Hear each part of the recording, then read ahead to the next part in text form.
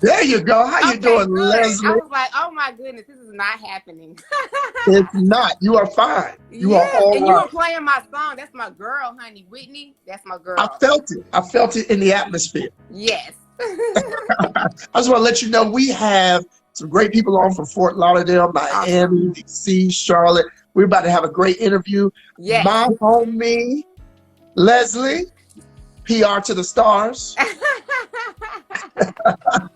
I'm excited about this. Me Like, too. really. I really Yes. am. Because Uh, the thing about it is we work together. And so yes. this is a different atmosphere for us. I don't do a lot of interviews. I like to do more. I like to promote the business more and what I'm doing. But I'm just so busy. And it's like I have to really take out time to map out, what needs to be done, especially for the business. Because I'm one of those people, or publicists rather, that didn't really brand myself or really at all. I Right. like to brand the business and I'm just behind the scenes, and that's totally fine with me. But I'm coming Yes. to a point where I think to expand even more, it's going to be good to kind of get my face out there and do things. People know me, they know the name, and for me, that's good enough. Well, I mean, honestly, this is a great. I'm glad that this platform is here so I can get an opportunity to really showcase the amazing woman that you are, but Oh, thank woman, you. absolutely, not just woman, but businesswoman that you are. When we first met, that was back in October, Yes, September. Yeah, somewhere probably back. before then, like September maybe. Yeah. Yes, I was very hesitant about PR. I'd heard nightmares from other people, Uh-huh. and their experiences have always said that it might just be best to do it on your own. Like they were like, you're just gonna be throwing your money away. And you came in and you were just on it from the beginning. Oh, thank you. Absolutely. Thank And you. whenever we would go out, you had such a good reputation. Everybody would be like, hey, Leslie, and they were happy to see you. So that's good that people aren't just happy to see your talent, but they're happy to see you. Yeah. Where did you develop that personality? Like how did you become the person that you are? Wow, that is a great question. I would like to say this too, because I do meet a lot of people, a lot of potential clients that are very hesitant because Mm, you know, a lot of people say that they're a publicist or that they do PR, but really being a good publicist is all about connections and relationships, just like being a good manager.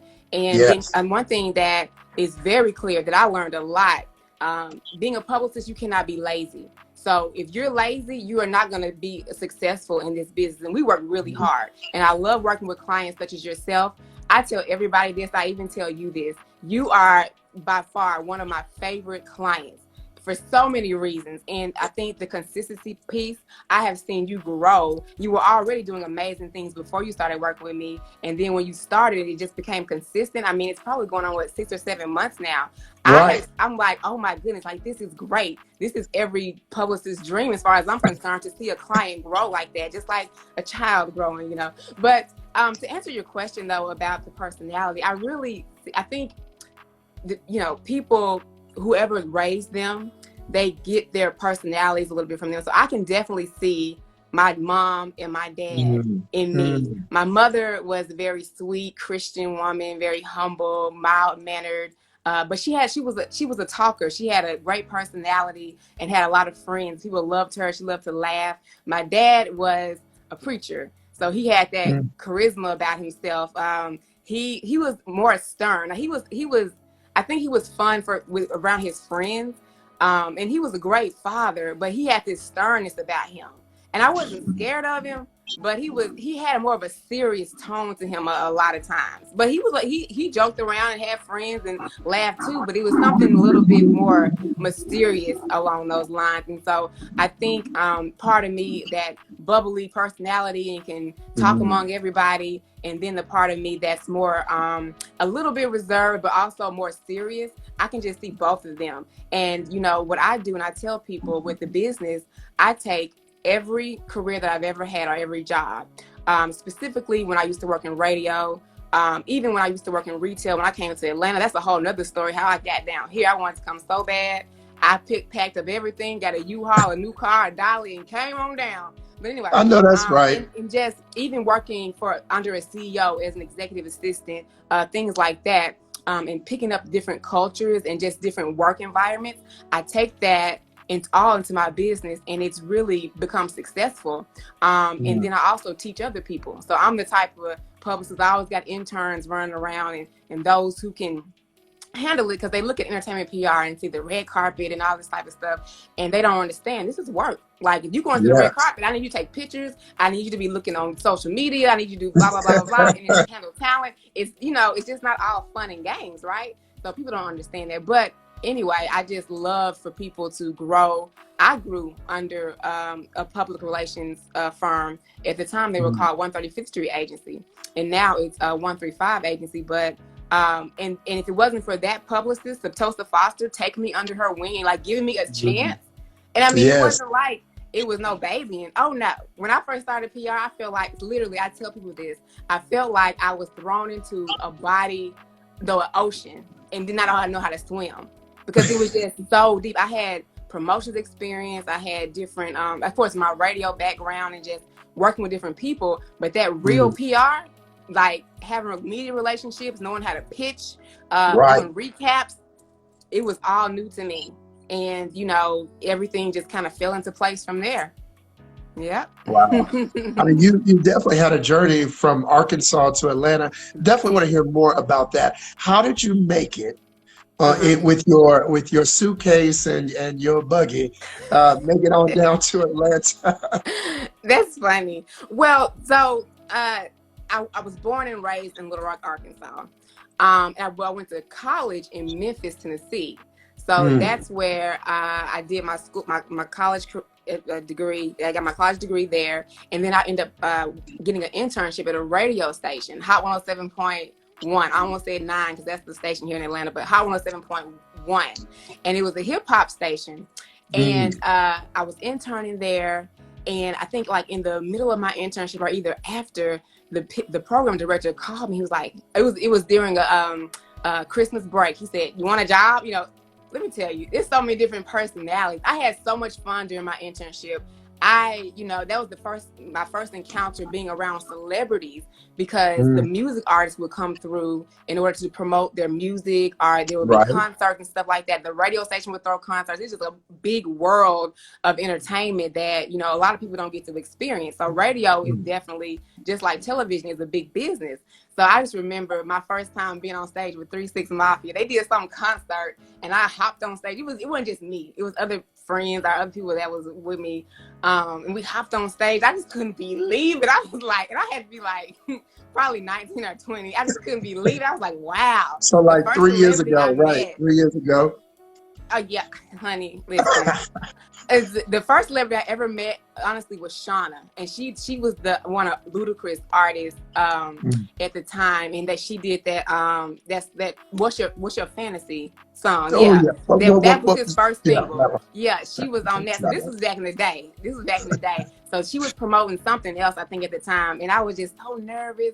But then, you know, my program director, he was like, "You should start taking pictures with these celebrities and putting on your Facebook." This when Facebook just first came out. You had to have a college email address to even get on Facebook.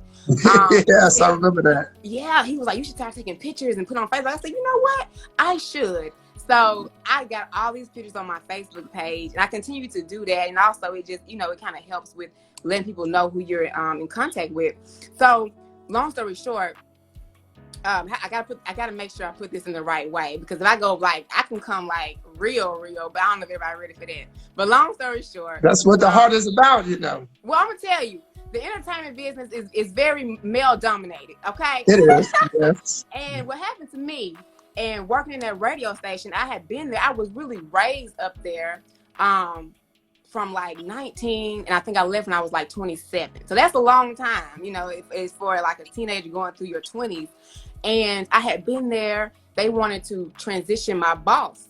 And I was going to try to get his job. I feel like I had been there long enough, and I think I could do it. And they wasn't going to give it to me. Wow. And what ended up happening, I had always wanted to come to Atlanta. I had wanted to come to Atlanta when I was 18, honestly. I wanted to go to college here, and that just didn't end up happening. But I always wanted to come to Atlanta.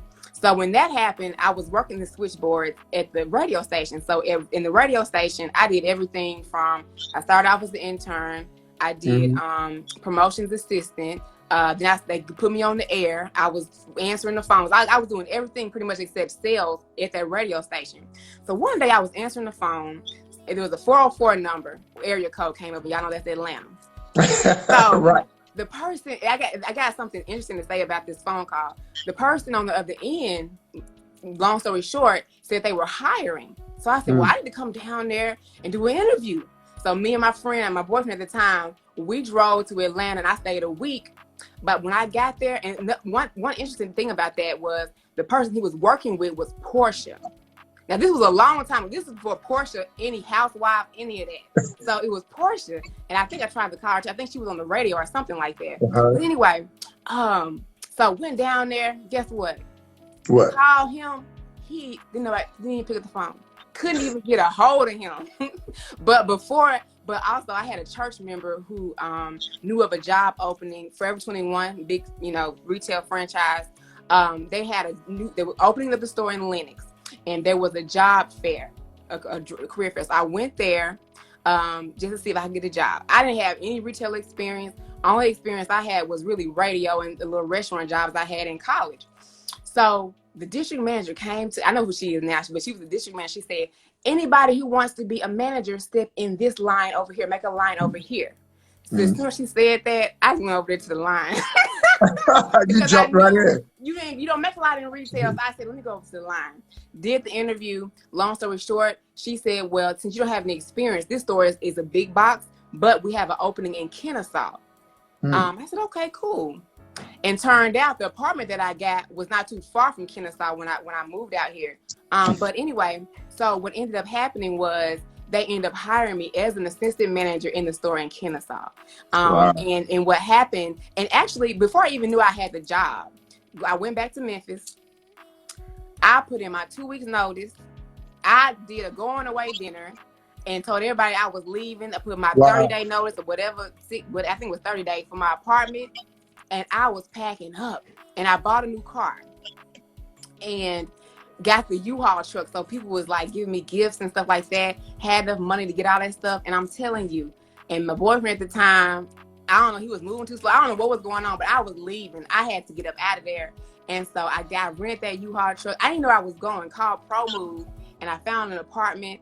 Once somebody told me about Marietta. I didn't know anything about Atlanta. And so I said, you know what? Let me look into Marietta. Looked into that. The day I came down here, I left early in the morning on that. We had that U-Haul truck. Left early in the morning. Had got a dolly, put the car on the back of the truck, and drove down here by myself. You better make it. You better make it. And you better make it on down. Yes. I love that. When you arrived, you definitely took Atlanta by storm. You found your way and really made inroads.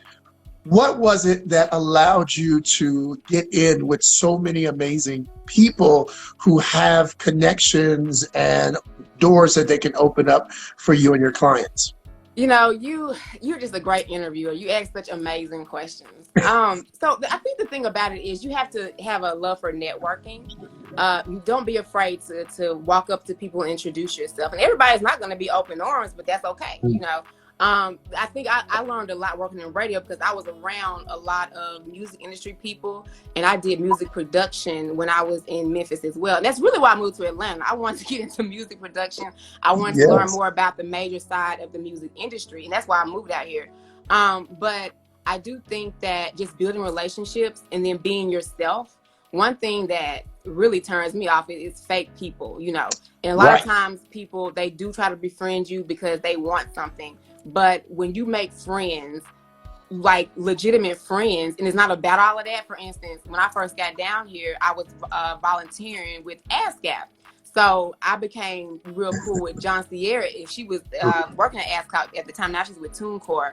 But me and her became like cool. You know what I'm saying? Like she would come to my birthday dinners and I would go to, hers and stuff like that. But it's like building relationships and making them be real relationships. And I think when people see that you are succeeding, a lot of times, for businesses, it's always about, kind of like a give and take. Like, what can we do? What relationships can we have that's going to help each Yes. other?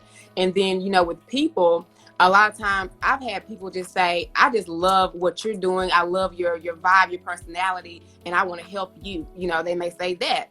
But I just think really making the right connection and things just fall into place a lot of times when you like some things that you teach, like being on the right path, having the right motives, and then just Hmm. being, just being blessed. That's what I Yes. think it is. That's a great answer. And thank you, by the way. I try to Yes. make sure I get the right questions here. For you, meeting so many amazing people, and like you mentioned, having the opportunity to bump into good people that you want to stay connected with, to somebody out there who is in the industry or in any industry where there are a lot of great people that they run into, what would you tell them to do in order to maintain healthy relationships with people in their industry? Yeah, I definitely think that it is important to not like backstab. I think people, just don't burn. This is one thing right here. Don't burn bridges. That's what you don't want to do. Even if things aren't going the way you think they should be going, or even Right. somebody may have hurt your feelings, or you may feel some type of way about something, you have to learn. And this is really for my younger people because they Mm. don't really know. You know what I'm saying? Like I've worked with people for a while, and like if they had an issue, they didn't really know how to handle it. You know what I'm saying? Because you got to handle it in a mature way, and to the point where can't nobody ever say, well, they had a bad attitude, or they were difficult to work with, or just to really have anything negative to say. There is a way that you can learn to communicate to make Yes. sure that, okay, our relationship may be ending right now. Like we're gonna get to relationships in a minute, like the romantic ones, I hope. Our Oh, relationship we might be will. ending right now, but I can still come to you as an adult, as a woman, or brother and sister, or whatever the case relationship was, without burning a bridge. Meaning, I'm leaving a bad taste in your mouth about me because something I did or said. I think that's very, Mhm. very important. And Mhm. life has a way of circling you back around. I mean, that's real. So you have to really be careful, excuse me, how you treat people, because like the Bible say, the words say, you reap what you sow, and you have to really be careful about that. But I think not burning bridges, learning how to communicate, that really will help as you are growing in your whatever industry that you want to be That's great. I love that. That is so true. The in. bridges, they always say that the bridges that you should stay away from are the ones that you should have never crossed in the first place. Hmm. It is so good to be in the industry and to see so many amazing people. But as we both know, there are also bad people in the industry, people who are crafty and cunning and a little tricky. How Hmm. do you navigate those people when you encounter them? That's so interesting because when you say that, I can think of a lot of different scenarios with that. But this is one thing about me. It doesn't matter who it is. I treat everybody the same. Mm. So I don't look at, oh, well, that person has a lot of money, or that person is a celebrity, or this person may be homeless, or this person may be a college student. I treat, and I think that's, I don't know if the word gift is right, but I do remember growing up, my dad used to get on to me. I was like in the 8th grade. He used to say, you come home acting like those kids. And he would just be like really kind of hard on me sometimes about certain things. But the one word I can think of, hopefully it makes sense, is like a camouflage, but with Oh, personality. So yes. it's that for me, sometimes that can be a bad thing. I'm learning, I'm growing out of this. But for example, if somebody is kind and nice and energetic, and I can just imitate that. But if I'm in a situation, not with no stranger now, I'm talking about somebody that, let's say I'm in a relationship Mm. and they're giving me off this. I'm gonna say this is probably how I used to be. I'm not even gonna claim that I'm like this now, but it's almost like if they're coming at you, rude or yelling or negative, then it's easy to snap back and kind of be, give them what they're giving you. And so I think that it's important to be able to relate to people. Like I feel Mm. like I can talk to anybody in any culture, if they speak English, because that's the only language I'm fluent in. But I can talk to them and relate to them no matter their background or where they came from. I think that's Yes. very, very important. when you're, building relationships and when you're trying to navigate between somebody who may, be negative. But always keep your composure and keep your values in front, because you're going to run into that. And when you find out there's a snake or somebody who's not right, you got to know like how to deal with that and not, flip out. You can't flip out too. I guess that's part of my point. And for me, I do think that I definitely have a spirit of discernment in a lot of different ways. But regardless of that, my aunt taught me this, my aunt, her soul rest in peace. You can't control nobody else. You don't control yourself. True. And so you have the responsibility to whatever, is happening, what other people are doing, is to, make sure that you are upholding your standards. And then sometimes you have to walk away. And I've had to do that before with situations. So if I do see that, it's just really depending on what's happening. I will figure out, okay, what do I need to do from here? Just make sure whatever decision it is intelligent and it's not based off of an emotion. That's good. Yeah. Well, so how have you used that? So let's get to it. Yes. How have you used that in your love life, in your dating life? And how have you used that discernment, that ability to be vulnerable yet kept camouflage? How have you used all those tools and techniques in your love life? Now listen, if I had my glasses on at the time when you said that, that's the time I would have took them off. Because, but I need your advice. I mean, I know we ain't never had a conversation about this, but I'm gonna tell you something. Right now I'm single, and I'm, like people say, happily married. I'm happily single. Single, yes. But it's not that I don't want to be in a relationship. It's not that. But the values that come with a relationship for me, and I don't know if most people feel this way, but the first thing that's so important to me is, can we get along? Because I don't want to be unhappy. I'm happy now. And if somebody comes into my life to share my life, with me, and then on top of that, it's marriage, our kids, we need to be able to get along. Now, that doesn't mean you don't get along all the time. Look at King James, got them eyes up there. I don't know why he got them eyes up there, but yes, that doesn't mean get along all the time, but that does mean someone that you can, grow and work with, and that you're happy to be with. I think you're gonna know what I'm saying. So, absolutely. But back to your question, I don't think that I've really had the experience to be able to do that. what you're asking with another significant other. I really, I've learned a lot, but I don't think, like, I had a young man right now who was interested in dating me, and then we liked each other and get along. I think then I would be able to practice that, but I just I don't think you understand what I'm saying? Absolutely. Okay. I know exactly what you mean. Let me put it this way. Let me start here. Yes. And then I'll dig out a little bit. Okay. I was just talking, and this was a great conversation I just had with Angela Robinson. Nice. From the Have and Have Nots. I know Angela. She was talking about her marriage for over 23 years. And I asked her specifically, what were the things that made it work, that made it last? And she said, find somebody with the 3 C's, right? Okay, so 3 C's would be that they fit your Christ, and Christ just means your faith origin, that matches, right? So what you believe in, your culture, so the environment that you like to live in, and you with me? I'm with you. I hear you. I hear you. I'm just trying to get my hair straight, but I hear you. And your craft.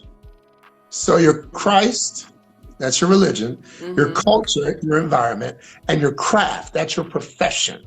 So if you can find somebody that can allow you to be yourself and you be yourself in those 3 things, and you collide well with those 3, at my own C, collide well with those 3, then you will at least be able to make it. Now, that's not mentioning the finances, because a lot of that, if you have faith, a lot of things with your finances you can work through, right?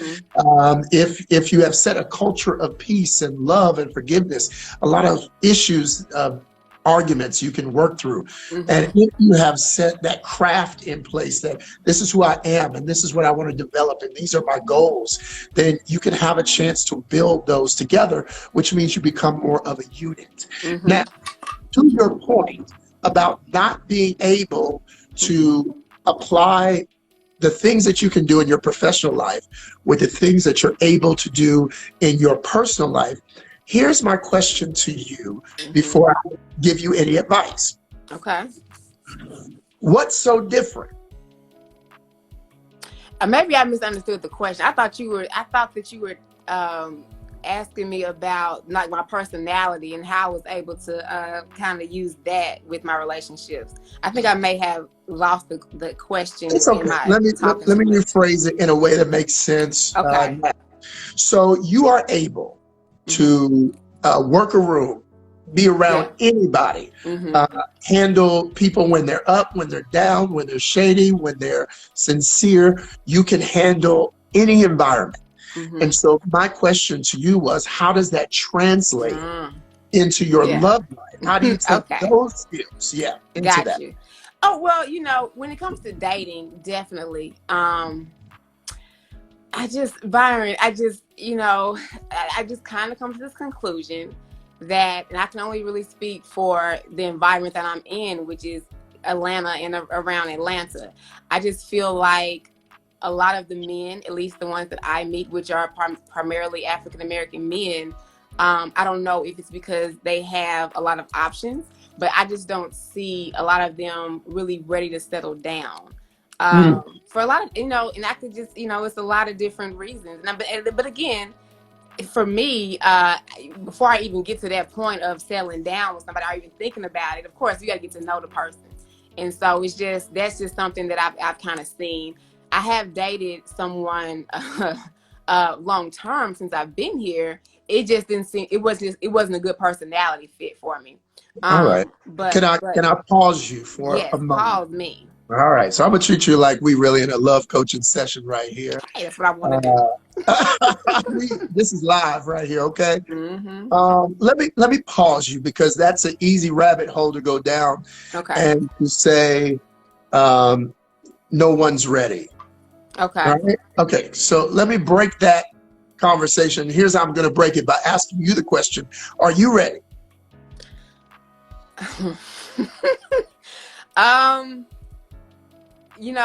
I feel that. Yes or no? I don't know. All right, that's a good place. So I'll take I don't know over yes or no any day because that helps clarify some things. Here's why it's easier for you to say or give the excuse that no one's ready, because you're not ready. And often the things we say are really a mirror of who we are and how we feel. When you are truly ready, the ready people are there. You see ready when you're ready. Have you ever been waiting on somebody to go somewhere and you knew you were running late, but as soon as you got ready, you were annoyed that they weren't ready, even though you both are late. You got ready and they're not ready. So now you're annoyed at them because they're not ready. You didn't care when you both weren't ready because you weren't ready. So the reason why you can't see ready is because you aren't ready and you don't feel ready and you're not thinking ready thoughts. But so what you got to do now is get yourself ready. Because what am I supposed to be ready for? What am I supposed to be ready for? Am I supposed to be ready for a husband? What is your I gotta goal? pick up after, and these kids running around here getting on my nerves, and I gotta. That's the life you want. My own busy schedule. Now I gotta do all y'all schedule too, and then I gotta come home, and he complaining about food. I'm gonna tell you something. I have been reading this devotional by David and Tamla Mann. Okay. And I haven't got through it yet, but a lot of things, and that's an older. They have had a lot of experience. And I do think some of the things, I hate to use this word, I probably shouldn't use this word, but in order for everybody to understand where I'm coming from, I'm going to use the word scared. But I don't want to use that word, but that may be my reservation about why I say I don't know, is because I'm not in this, like, my definition or thought process about marriage and serious relationships when I was in my 20s is different now. Like, I'm seeing it, even though I'm not in that relationship or I'm not married, I can still kind of view into more of a realistic view rather than, like we talked about before, like that Disney princess happily ever after. No, it's work. And the work is about you sacrificing, humility, forgiveness, all of that stuff. All that stuff we're supposed to be like about Christ. But then you got somebody that's coming in. So for All me, right. I'm happy when I go home and I don't have to worry about anybody coming through my door. Somebody, now my phone ring a lot and I keep the ringer off because of that. Anybody try to call me so they know. But I don't have to be worried about nobody coming into my space. Now recently I have had let people come over I'm and about to hang get out my with me. fishing rod out. I'm about to get my fishing rod out. This is when I reel you in. It's when I reel you in. All right, we about to go down the Somebody rabbit said hole he again. right. Yeah, I don't let Byron, see. I'm going to cut you off, but I want to make sure if anybody has any questions or comments, please Oh type yes. that in. I'm Oh on yeah. Facebook Live over here. They talking about you right, Byron. I don't know who that is. They say you right. Okay, I'm listening. All right, so I got to reel you in. Here's why, Okay. because we'll go back down a rabbit hole. Okay. Here a lot. Okay, you can watch Lifetime, you can watch Bravo, you can watch BET movies, and you can get all these different scenarios of how life can be, would be, should be, ought to be, might be. But that's not what we're talking about. We are talking about the life that you want, the life you want to craft, the way you want your future to look. And so all you have to do is get the blocks in place to build the structure you want to build. You don't build a brick building with wood, right? You get the tools and the equipment that are necessary to build what you want to see. So my question to start all of this is, what do you want to see? Because that then is the goal. The goal is what you want. If you don't want the kids, if you don't want the kids running around and having to balance kids and work, that is not something you have to worry about because you're not focused on building that. If you are trying to build a house, you don't have to have enough materials to build a skyscraper. So stop having conversations about skyscrapers if that's not what you want. So let's get to the conversation at hand. All right, love coaching session. Let's get to the conversation at hand.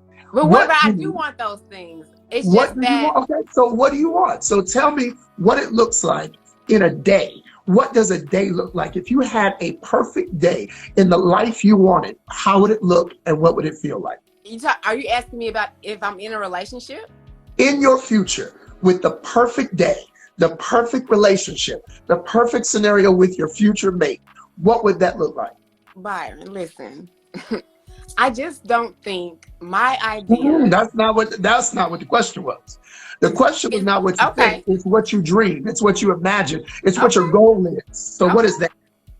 Okay. Well, I look at it more like a fantasy. I don't really know if it's a goal. I look at it more like if I lay down at night and I think about my dream man and my dream life.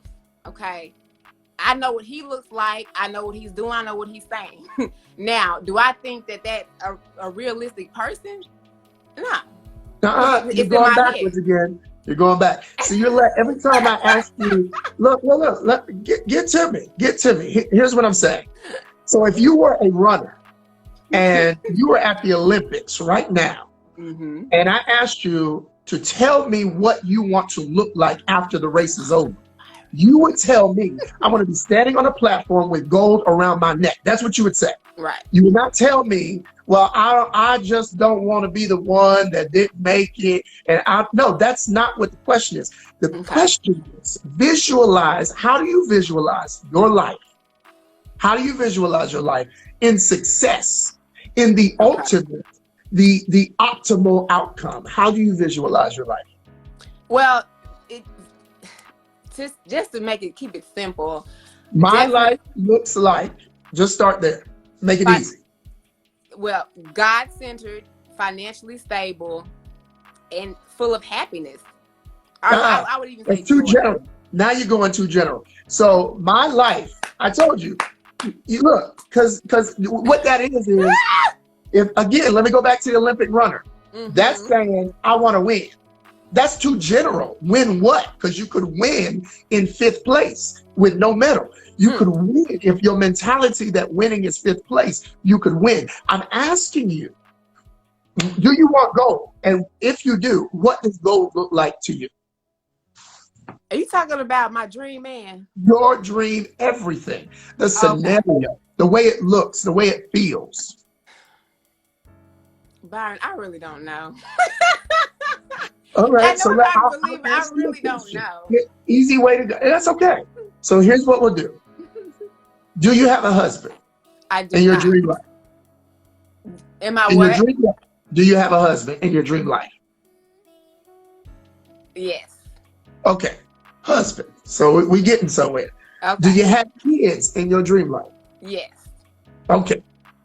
Do you have pets in Oh, your dream yes. life? Puppies. Okay. So we got so far husband, kids, pets. Hopefully in that order, in some way. Maybe the pets can go in different, but all right. So that's your dream. We'll start there. That's the most generic, right? That's the most general. Okay. Now let me dive in. Do your professions align? Or can he work a different career path altogether? I think he could work a different career path. Okay. That's So you are probably better. open to that. You are open to that. Yeah. Does he have to be Christian, or could he be a Muslim, or could he be an atheist? Oh Lord. Well, I grew up around two people, but my parents didn't have. They were both Christian, Now but let me ask you this. I don't know about that. Are your parents going to be in your marriage? My parents are Okay, deceased. short answer. Short But they answer. taught me, and my Now, background that's comes not up what I with asked me you. now. See, this is, I'm trying to, look, I need you to level it down to the bare bones of things. I Okay. can or I can't. It Okay. is possible or it's not.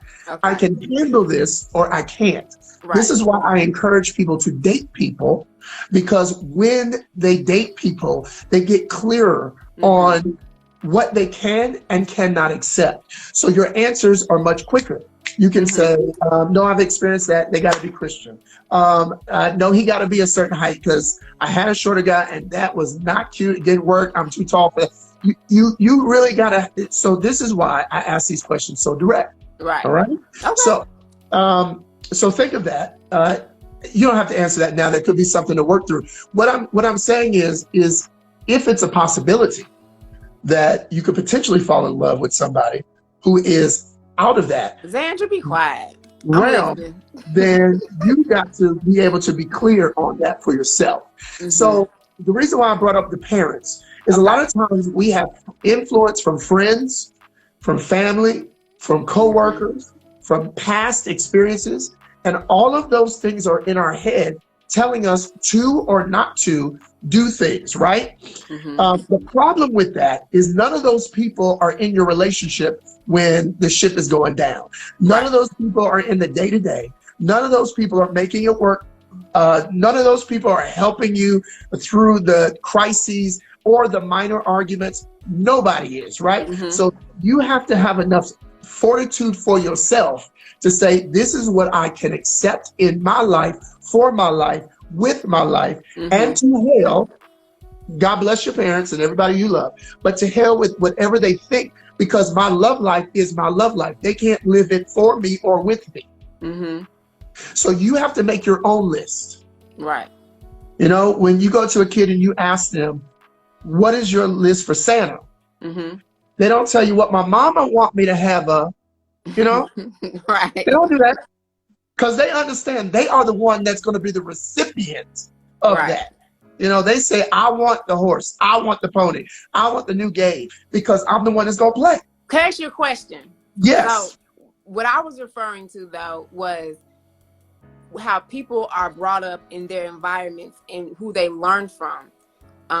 You know, many times they tend to imitate, even in ways where they don't even realize it. And so how my mother may have thought, or my daddy may have thought, is something that it was instilled inside of me.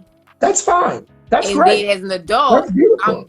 I'm seeing and viewing things the way, and it's just not parents. It could be my aunt. It could be, you know, my older sibling, my big sister. Certain things that I learned and I grew up with, I developed and carried on with me as an adult. So is that's more so what I was talking about as far as my decision making, I guess. I am too. Some things. I am too. Okay. I am talking about all of that, because guess what? We love to use what my parents taught me and what I got when I was growing up. But you learn stuff on the radio. You get stuff off of TV. You watch stuff on Bravo and it sticks in you. Everything you consume is a part of how you think and feel. And it's all mashed together. So while you think it's just your parents and your upbringing. It is everything. Mm-hmm. And so that's why I have to go back, even with all of that, and say, that's fine. What you learned and how they taught you, there was some good, but there was some bad. And Mm-hmm. bad doesn't have to mean it was bad, because it may have worked for them. But if it's bad for you and your love future and your love journey, it's bad. Mm-hmm. Period. It's not good if it doesn't work for you. Mm-hmm. Look, you got to start looking at the word abuse as more than somebody hitting you. Abuse is trying to fit something where it doesn't belong. Mm-hmm. Abuse is putting a person who has a swimsuit on in the desert.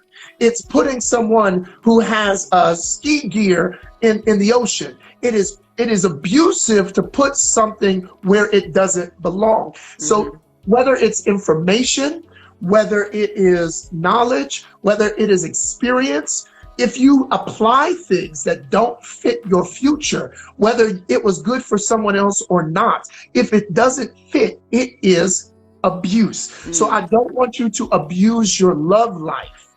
I don't want you to abuse your love life by accepting just because it worked for someone else, or just because that was the way it was, that it worked for me. I agree. Yeah, that's awesome.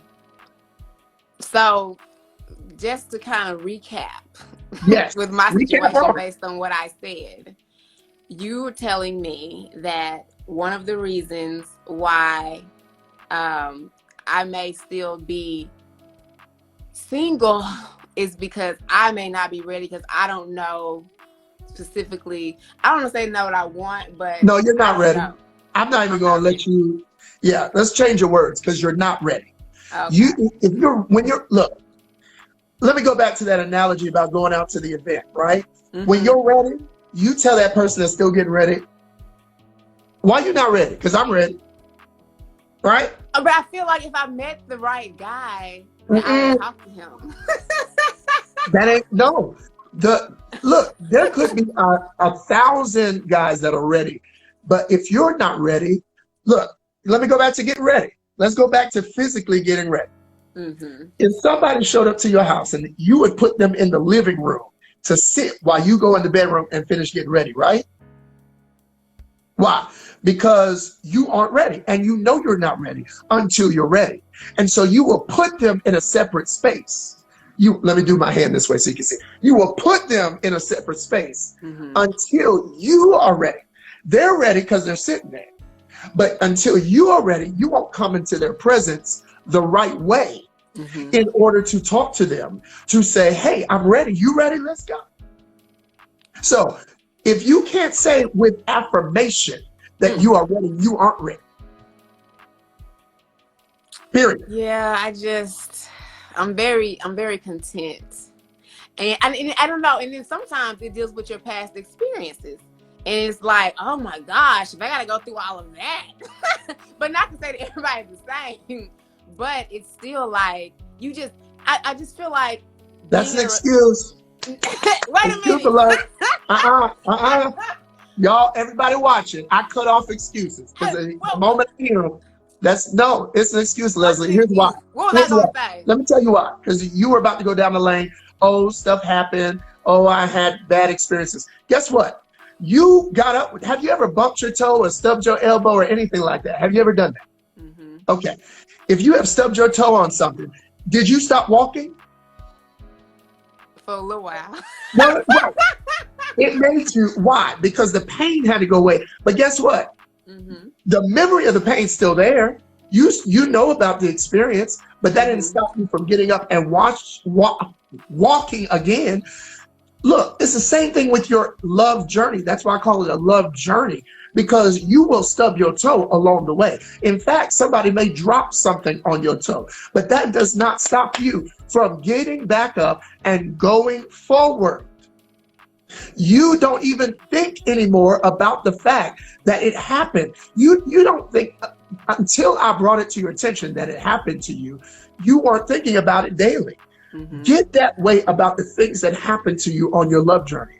Get to the point where you extract the lesson out of it. Say that I won't stub my toe on that again.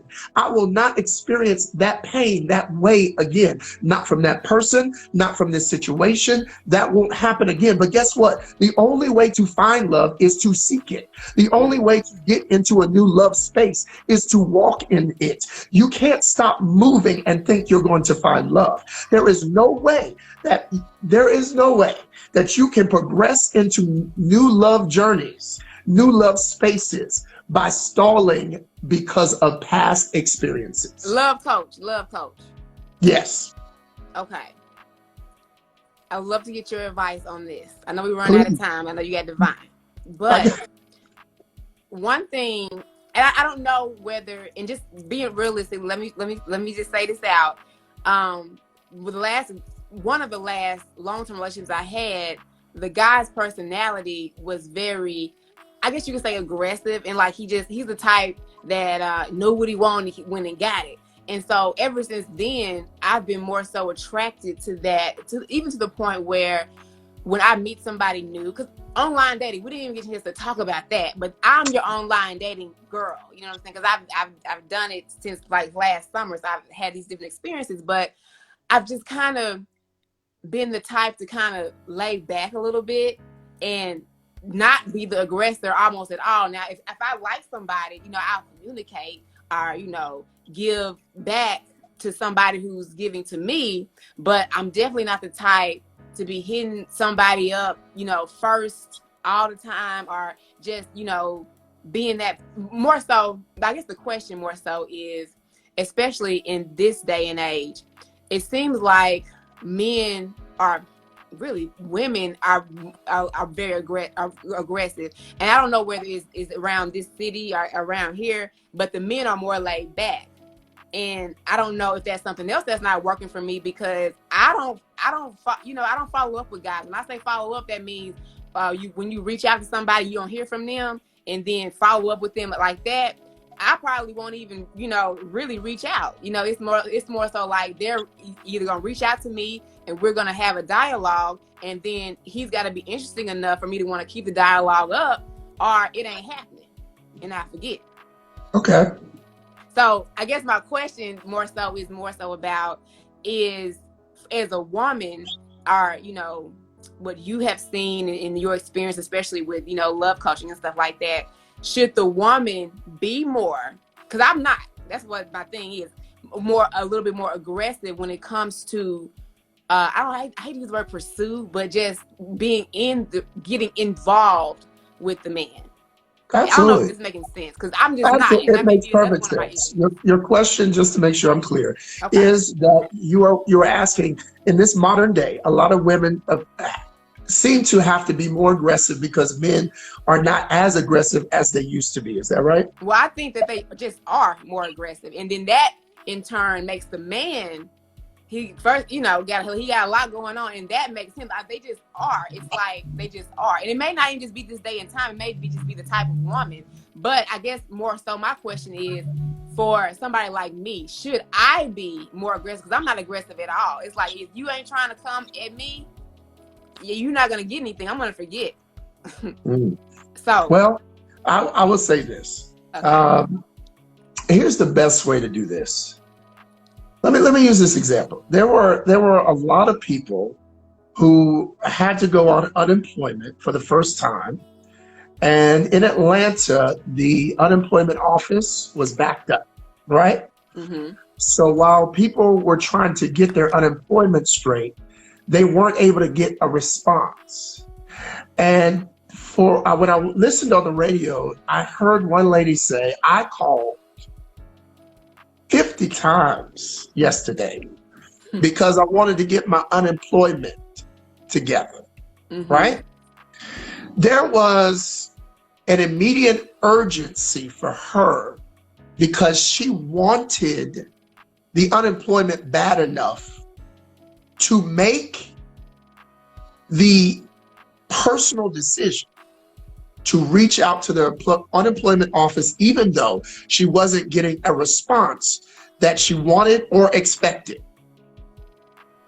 Let me just say, I think a lot of people give up a little too soon when people aren't responding in the way that they want. First of all, no one owes you anything. Can I just start there? No one owes you anything. They don't owe you time. You barely know them. You don't even know their middle name. And you want them to respond to you like they had already married you.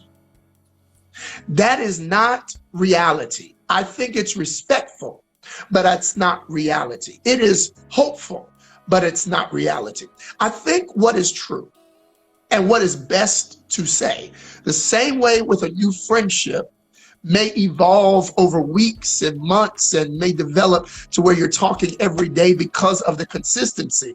I think you have to allow a new partner to earn your time and for you to earn their time and attention. I think they had a life outside of you. I think they were already engaging with people. I think their schedule was already full of people before you walked into their life. And even though you feel like the best thing that ever approached them in their life and in their time, trust me, they have a lot going on outside of you.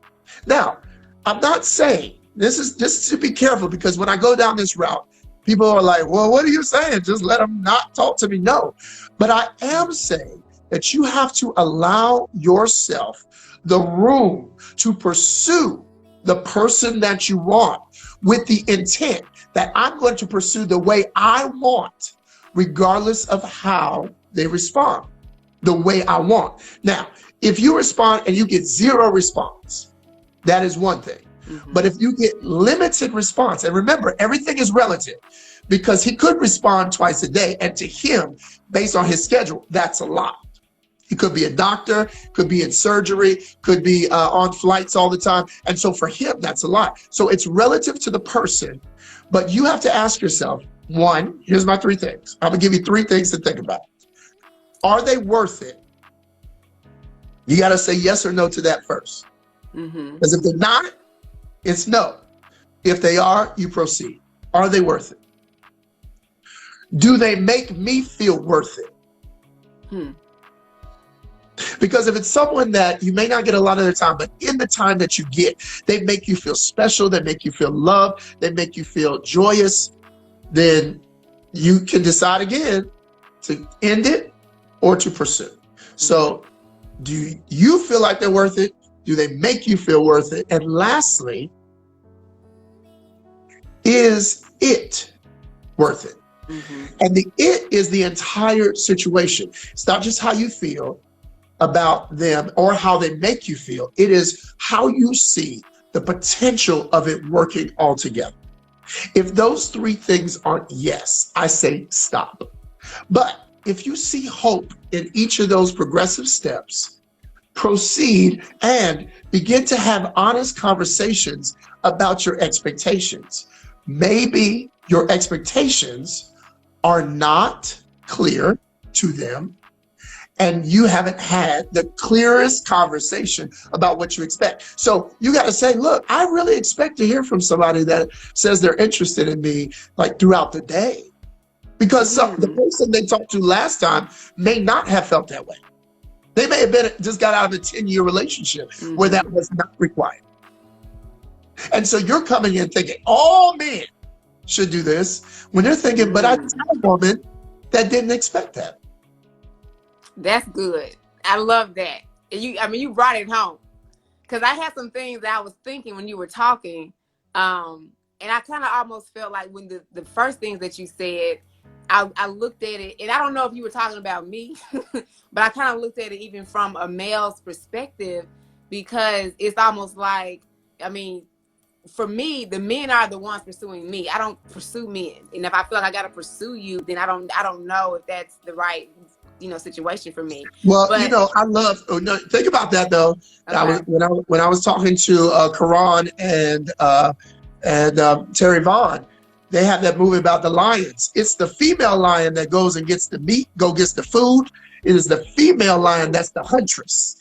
You know, I know so we always talk lions, about honey. That's my these animal. men That's my being favorite these animal. men being a lion and beat a lion, and you got this big mane, and that's supposed to attract the woman. A strong woman will see that, but the strong woman goes after what she wants too. She knows, I Ooh. gotta eat. I gotta eat. If you're hungry enough, Ooh. you will do whatever it takes to get the person that you want. When you're hungry enough, I'm gonna go back to the beginning of this topic and go back to I don't think you're ready. You're not ready. When you're ready, you will go for what you want. When you're ready, you move to Atlanta. When you were ready, you started your business. When you were ready, you became the PR celebrity publicist to the stars.